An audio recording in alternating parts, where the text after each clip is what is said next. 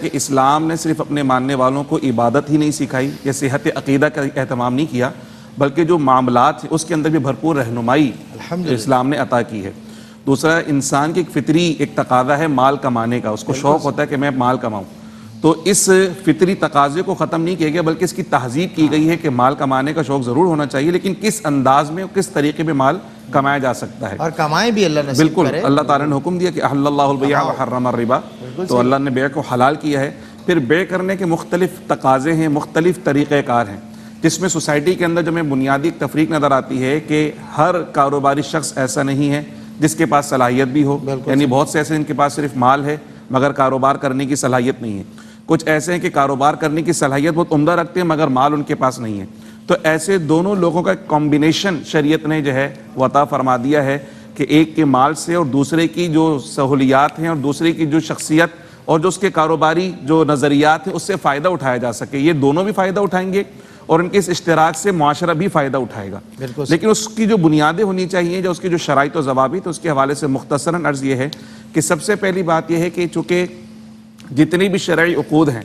اس کے اندر جو عاقدین ہیں دونوں کے درمیان جو عقد ہو رہا ہے پارٹیز کے درمیان، وہ عاقل اور بالغ ہونے چاہیے، خاص طور پر عقود مالیہ کے اندر خاص طور پر جو ہے وہ عاقل اور بالغ ہونا ضروری ہے۔ بچے اس طرح کا آپس میں کوئی عقد نہیں کر سکتے، مجنون اور دیوانے بھی عقد نہیں کر سکتے۔ پھر چونکہ اس کے اندر خاص طور پر عقود مالیہ میں اس میں خاص طور پہ ایسے کہ مضاربت کے اندر ایک انویسٹر ہے، ایک رب المال ہے، اور دوسرا جو ہے مضارب کام کرنے والا ہے،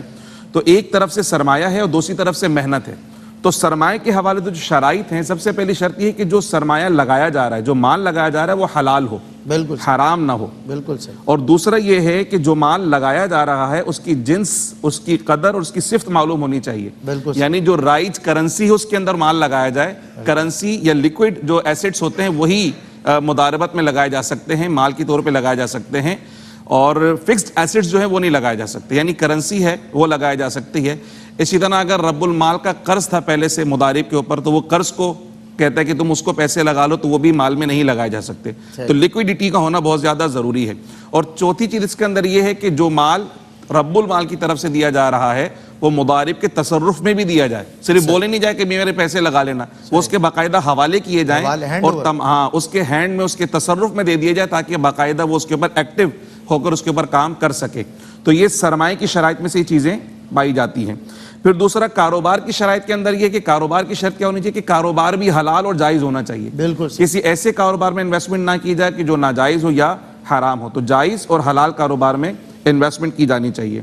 پھر نفع کی شرائط کے اندر یہ ہے، جیسے قبلہ مفتی صاحب نے بھی ارشاد فرمایا تھا کہ نفع جو ہے مقدار کے اندر نہیں بلکہ تناسب کی حیثیت میں ہونا چاہیے، پرسنٹیج کی حیثیت سے ہونا چاہیے، پہلے سے میوچل انڈرسٹینڈنگ ہونی چاہیے، جی میوچل انڈرسٹینڈنگ ہو، جس وقت عقد کیا جا رہا ہے، جس وقت کانٹریکٹ کیا جا رہا ہے اس وقت وہ متعین کر دیا جائے کہ اتنا نفع ہوگا، اتنے فیصد ہوگا،